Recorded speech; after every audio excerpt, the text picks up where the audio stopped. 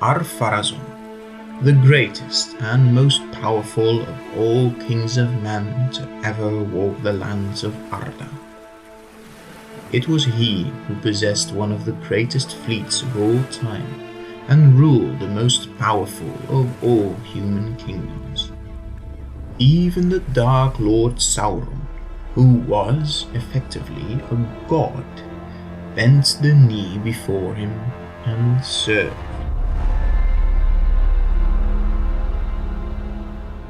The boy Pharazôn was born in the year 3118 of the Second Age. He was the son of Gimilcad, and thus the nephew of Tar-Palantir, the 24th king of Númenor. Pharazôn had made a name for himself in the wars in Middle-earth, where he commanded the armies of Númenor for many years, winning many victories and expanding the empire in Middle-earth, as well as bringing glory and great riches back to Númenor. When his father died in 3243, Pharazôn returned to Númenor at the age of 125. He was loved by the people for his great deeds and the generosity with which he was handing out his riches.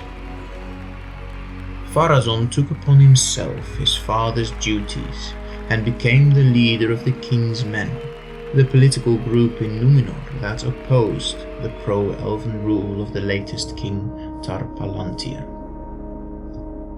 So things remained for 12 years, until the king died.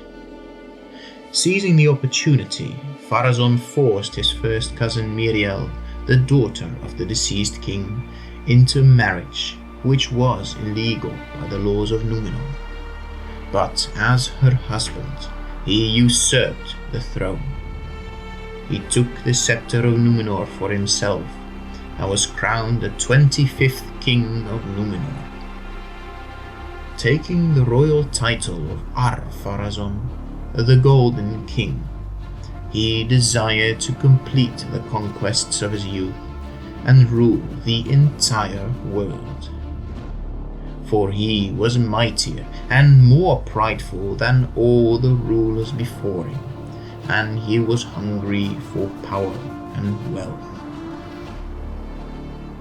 So it was that he let himself be provoked by Sauron in his hubris.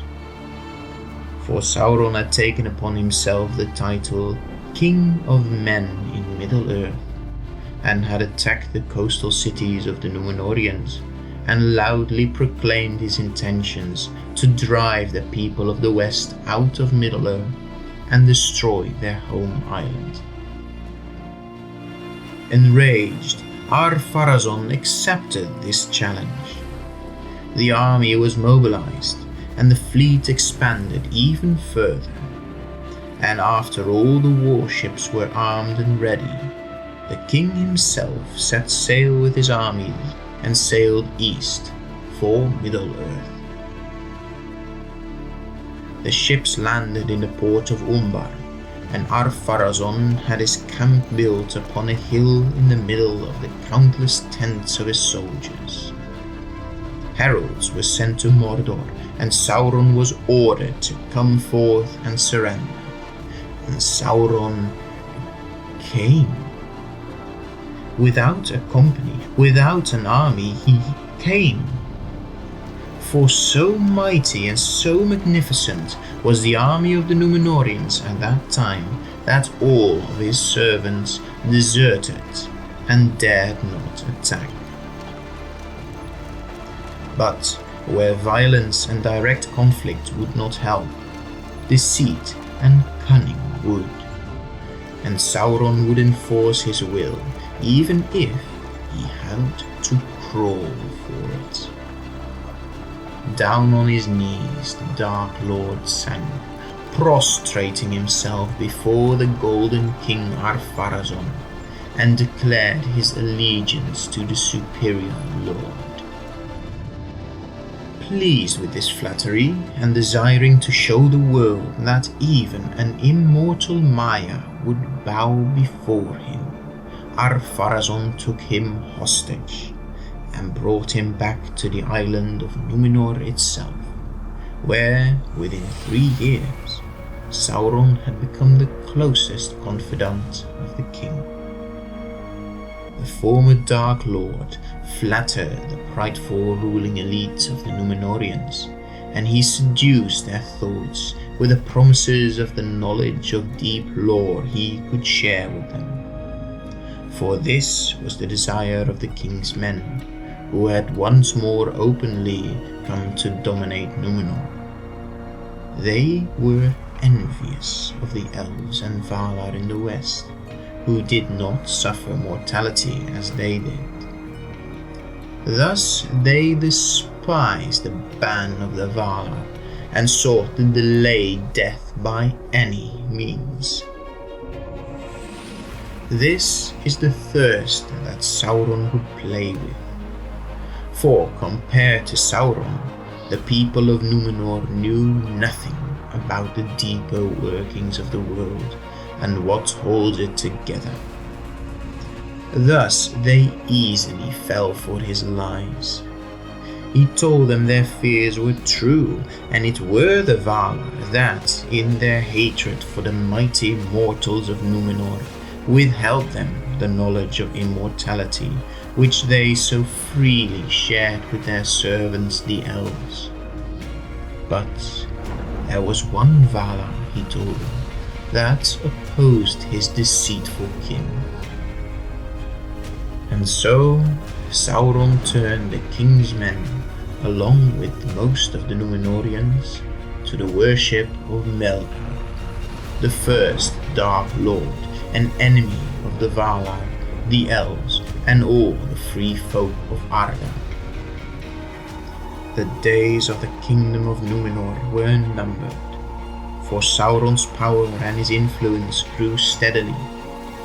He erected a huge temple in the middle of the capital Armenelos, in honor of Melkor, upon which he burned the white tree Nimlod, from which the white trees of Gondor descended, as well as the enemies of the king's men, as human sacrifices.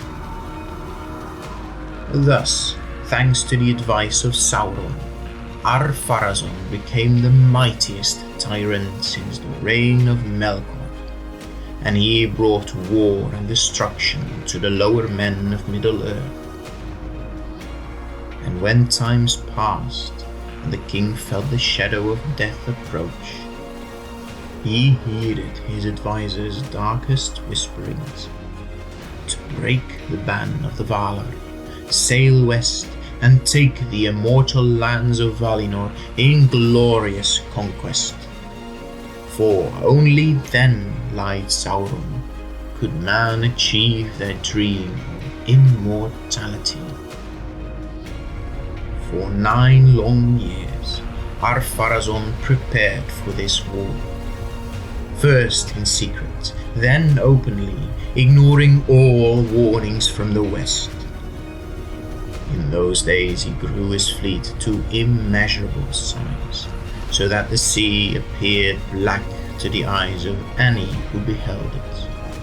For the sails of their ships were black, their banners black and gold, and in the middle of the armada was Al-Carondas, the castle of the sea, a colossal, multi-masted and pitch-black ship, the king's flagship.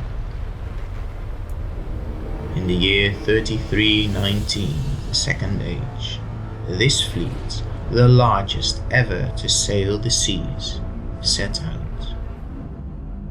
For 39 days they crossed Belegar, the great sea between Ammon and the eastern lands, until they finally reached the coast of Valinor, the blessed kingdom of the Valar. Naught was there to be seen of his so-called enemies. Abandoned and soundless were the shores, and doom hung by a thread.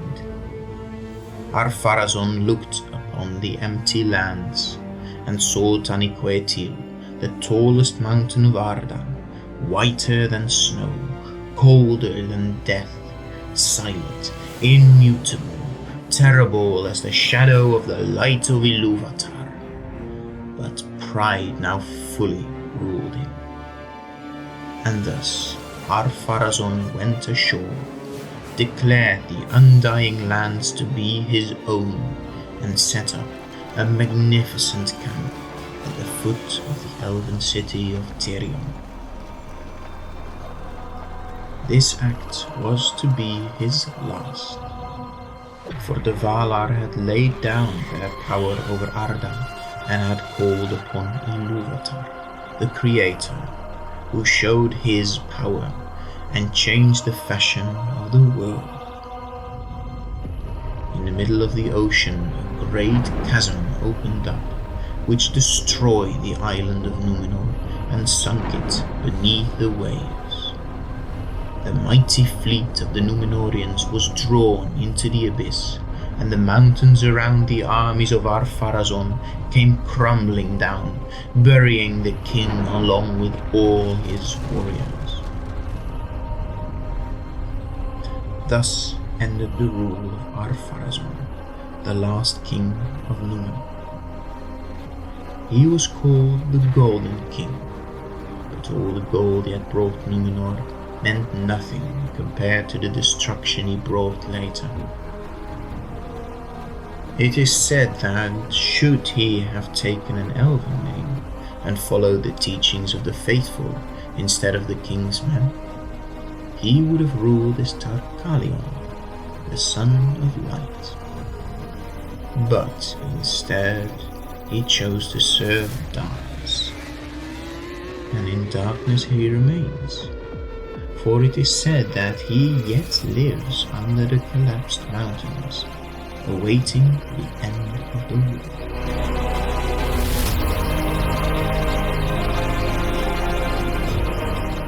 Thus we conclude this chapter and this video. Did the story surprise you? Let us know in the comments. If you enjoyed it and would like to learn more of the world of Tolkien, be sure to subscribe and click the bell icon to be notified when Mysteries of Westerness returns to Arda. This has been Irjikor Kuruvani, and I wish you all Namarie Meldonyar.